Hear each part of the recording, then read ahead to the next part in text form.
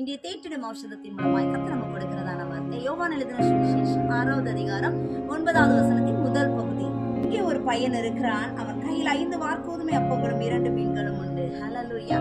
ஆண்டவராகிய இயேசு கிறிஸ்து மலையின் மேல் ஏறி அமர்ந்திருந்தார். திரளான ஜனங்கள் அவரை நோக்கி வந்தார்கள். ஏன் அவரை நோக்கி வர்றாங்கன்னா, இயேசு கிறிஸ்துடைய வாயிலிருந்து வருகிறதான வார்த்தையை பிரசங்கத்தை கேட்பதற்காக ரொம்ப விருப்பமாக திரளான பேர் கூடியிருந்தாங்க. பிரசங்கம் முடித்து அவங்களை வெளியே அனுப்பிவிட இயேசு கிறிஸ்துக்கு விருப்பம் இல்லை. அவர்களுக்காக அப்பம் கொடுக்கும்படியாக அநேகரிடத்துல என்னென்ன இருக்கிறது என்று விசாரிக்க சொல்லும் பொழுது ஒரு பையன் தன்னிடத்துல இருக்கிறதான 5 வார்கோதுமை அப்பங்களையும் 2 மீன்களையும் மறைக்காம அவன் சொல்றான். அவனுக்கு சாப்பிடுவதற்காக அவன் வீட்டிலிருந்து கொடுக்கப்பட்டது. இயேசு கிறிஸ்துக்கு செய்தி போகிறது. உடனே அந்த அப்பத்தையும் மீனை கொண்டு வர சொல்லி அவர் ஜெபம் பண்ணினார். தேவன் அதை பெருக பண்ணினார். உங்களிடத்தில் இருக்கிற குறைவானது என்று நீங்கள் நினைக்கிற எவைகளா இருந்தாலும் சரி, இயேசு கிறிஸ்து அதை பெருக பண்ண